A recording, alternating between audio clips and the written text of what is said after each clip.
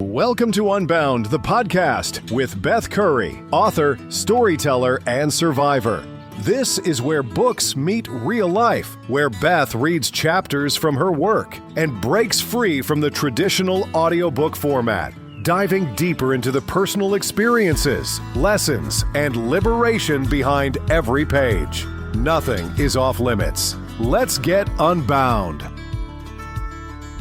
Hey everybody, welcome back to Unbound. I am Beth Curry. This is our last Through the Fog episode, the practical informational chapters where I kind of step back from narrative and just talk real shit about navigating dementia care. This one, it's about hope. It's about finding meaning when everything feels like loss, about the moments that make this brutal journey bearable.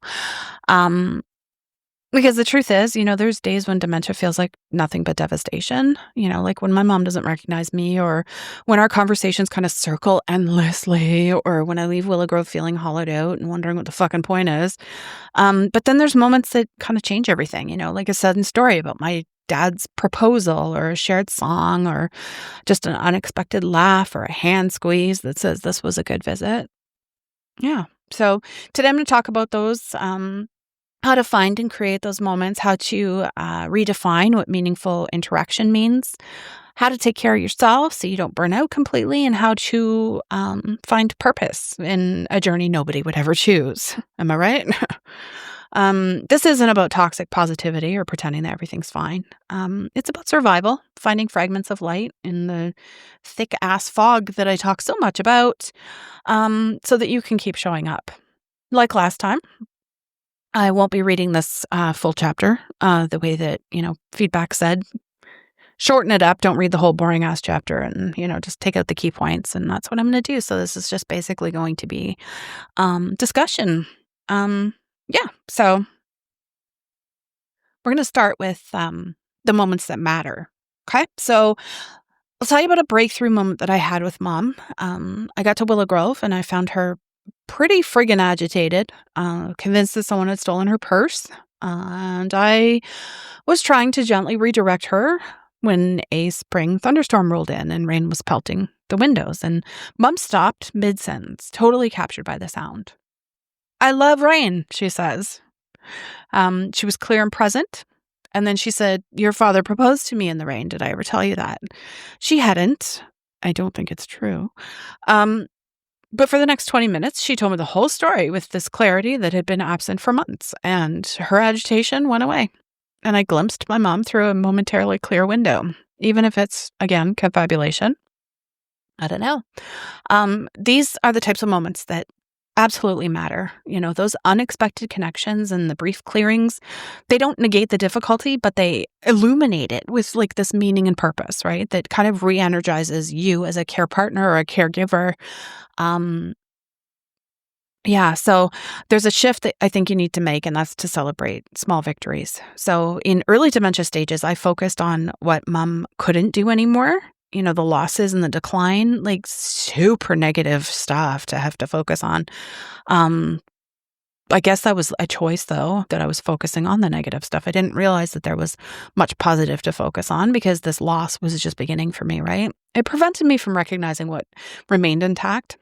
So I think that you need to remind yourself, as I often remind myself, start celebrating when your person remembers a name or a face, completes part of a familiar task independently, expresses a preference clearly, responds to music or art, connects with others even briefly. Last Christmas, I decided, so my mom's vision is really, really impaired, but I decided to buy some blank cards, like cardstock that can be folded into greeting cards. And before Christmas, Mom and I, we had a little painting party, and she painted Christmas cards for people. And she really, really liked it, and it was fun. But yeah, the first time Mom visited our house after moving to Willow Grove, she got confused and agitated after 30 minutes wanting to go home. And I considered that a failure. But looking back, she had recognized our home initially. She commented on cruise height and she hummed along to a song on the radio. And I fixated on the difficult ending and missed all the victories within it. And that's the point. You need to stop doing that. I've learned to notice and celebrate the smaller wins. When she recognizes crew without prompting, that's huge. And when she recalls a detail from her past unprompted, that's cause for celebration. When she laughs at a joke, that's a gift. It's not about lowering standards. It's about recognizing that the metrics for the good days have fundamentally changed. Finding unexpected joy is another critical piece. Joy doesn't announce itself with fanfare and dementia. It comes in the quieter moments when you least expect it. So you can create conditions where joy might actually come out. So if you played music from different periods of their life, or you look through photo albums together, bringing simple sensory pleasures like soft fabric or a smell that they like, spend time outside when possible, and engage in simple creative activities without pressure. Again, the whole painting at Christmas thing. One of my most treasured recent memories, I was humming "You Are My Sunshine" while looking for something in Mom's closet, and all of a sudden, her voice joined mine, uncertain at first, but then strong, as the lyrics kind of came back. And for those few minutes, we weren't patient and visitor. We were just two people sharing a song, finding unexpected harmony. Another time, I brought lavender potpourri stuff, and when she held it to her nose, her face transformed with pleasure. This smells like clean laundry when I was a girl. That simple sensory experience transported her to a happy memory, creating joy neither of us anticipated, right? So these moments can't be forced or scheduled, but we can create conditions where they are more likely to occur. And never underestimate the gift of laughter, of all the therapies available for dementia, or literally life in general. Laughter might be the most underrated because it creates connection. It releases tension and it reminds us of our shared humanity. My mom always had dry wit. I feared this would disappear completely with dementia, but her spontaneous humor has diminished, but her appreciation for humor remains. So, several months ago, a maintenance worker dropped a tray outside Mom's room with this tremendous crash. I jumped, startled. Mom simply turned toward the noise and deadpanned, "I don't remember ordering a symphony."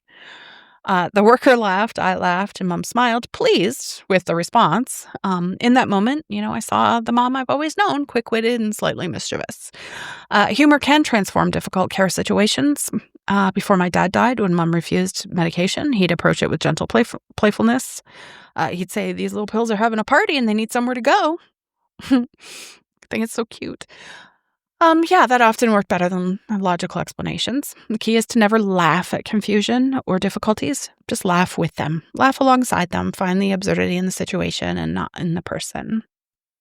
So, redefining meaningful interaction. One of the most challenging adjustments in this journey, redefining what constitutes meaningful time together. The deep conversations we once shared, the activities we enjoyed, many are no longer possible in their previous forms. So you need to expand your definition of meaningful. Sitting in comfortable silence, holding hands, looking through a magazine together without discussion, sharing a simple snack, watching birds at a bird feed, or just being present, even when words fail.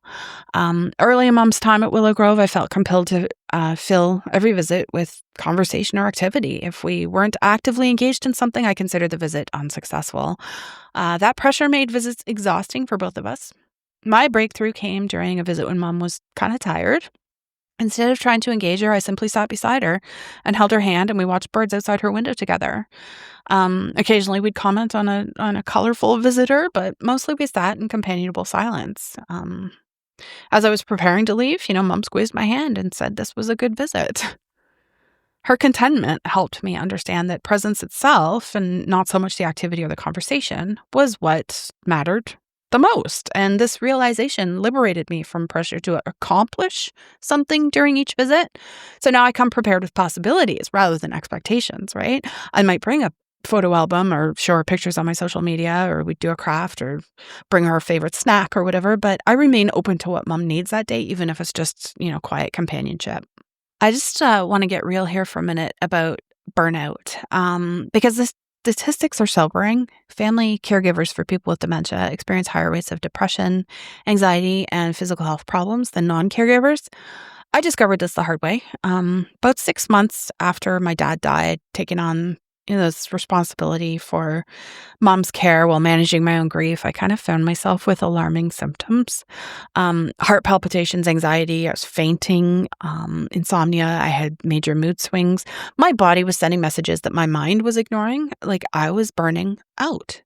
Some of the warning signs to watch for common physical symptoms like headaches and digestive issues and frequent illness, emotional changes like irritability, anxiety, and tearfulness, sleep disturbances, withdrawal from activities once enjoyed, feelings of resentment toward the person with dementia, difficulty making decisions or concentrating, and changes in appetite or weight. For me, the first sign appeared in my writing, or rather its absence. Writing had always been my sanctuary. When weeks passed without opening my laptop, it should have been a red flag. Instead, I just told myself I was too busy. Other signs that followed: declining invitations from friends because socializing seemed exhausting to me. I was skipping my morning exercise because I was too tired, or I was, finding myself in tears over very minor frustrations. Um, the breaking point for me, I was, running on minimal sleep, and mom had asked me the same question for the 12th time in an hour. Something in me snapped. I didn't speak harshly, but I withdrew emotionally, going through the motions while feeling completely disconnected. And driving home, I realized that I couldn't go on that way, not for my sake and certainly not for hers. You want to create sustainable care patterns, and doing that saved me. So after my burnout wake-up call, I made significant changes. I established a sustainable visiting pattern. Mondays were like our time, and then weekends for special visits. The consistency helped both of us. Mom began anticipating Monday with Beth, and I could plan the rest of my life around this commitment, although it was temporary because it was just for while I was writing this book. I identified non-negotiable self-care practices like sleep and exercise and some form of creative expression. When these basics are in place for me, my resilience increases dramatically. When they slip, I'm a lot more vulnerable to emotional exhaustion. And I also kind of developed these transition rituals. So after each visit, I would take a few minutes in my car before driving away, sometimes to cry, sometimes to write notes on my phone, sometimes to text a friend, sometimes just to breathe deeply and consciously shift my focus. And the small practice kind of helped me actually honor the emotions that these visits kind of bring up without carrying them into the rest of my day. I think building a support network also is non-negotiable. No one should ever have to navigate this journey alone.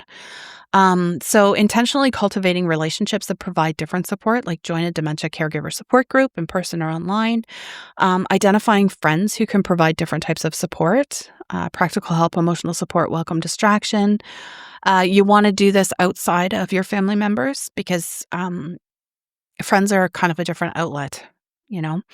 Develop positive relationships with healthcare providers and facility staff, and consider professional support like a therapist or a care manager when needed. I resisted joining a support group for a while because I believed my experience was too unique, or hearing other stories would increase my anxiety. But when I finally attended a virtual support group for adult children of parents with dementia, I was stunned by the immediate sense of being understood. People knew these situations I described, and they had felt isolating and shameful to me, but, they knew them and they offered practical suggestions, and, they normalized the complex emotions that I had been trying to suppress.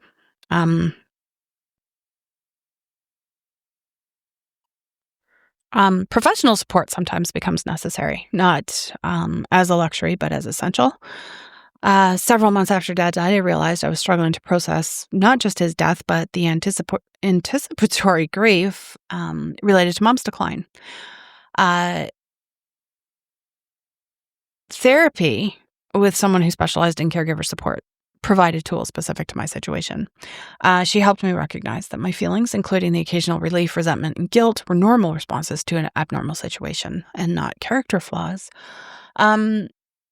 Letting go without giving up. So that's the greatest challenge, I think, of this journey, finding this balance between acceptance and hope. learning to let go of what was without giving up on what might still be. Acceptance doesn't mean approving of the disease or surrendering to despair at all. It means acknowledging reality as it is, which paradoxically creates more space for genuine connection. My journey toward acceptance hasn't been linear. I've moved back and forth between denial and anger and bargaining and depression many times, kind of like when I'm pumping gas into my SUV. I go through all those stages. Then too, some days I still, rail against the injustice of this damn disease. But I found that my most peaceful, meaningful interactions with mom come when I fully accept where she is on that particular day. So when I enter Willow Grove without expectations of who she'll be or what she'll remember, I can meet her authentically in whatever she's experiencing. And this doesn't mean I've given up hope for good days, or for moments of connection, or for flashes of her old self shining through. It just kind of means that I've stopped requiring those moments for the visit to be worthwhile. I hope that makes sense. I've learned that mom is still mom, even on her most confused days, even when, the words don't come out for her and when she's not sure of my name. Preserving dignity and agency matters immensely as well. One of dementia's cruelest aspects is how it strips away control. Finding ways to preserve dignity becomes an essential act of love. So you want to look for opportunities to support autonomy, like offering choices whenever possible, even if limited, red shirt or blue, tea or coffee. Ask for opinions and preferences and then honor them when feasible.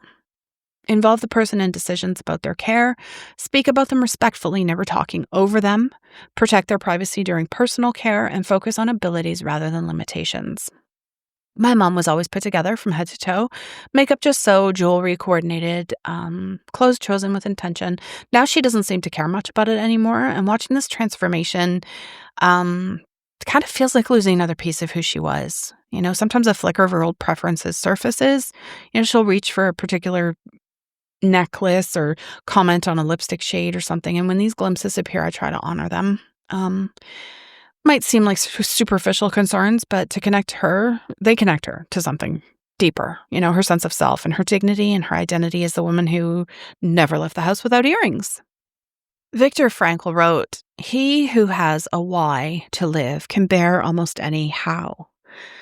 Finding meaning, even in suffering, it can transform into a source of strength. So look for sources of meaning unique to this experience. The opportunity to return the care once given to you. Deepening capacity for patience, presence, and compassion. Discovering new dimensions of love beyond intellectual connection. Learning to value being over doing. And finding unexpected gifts amid profound loss.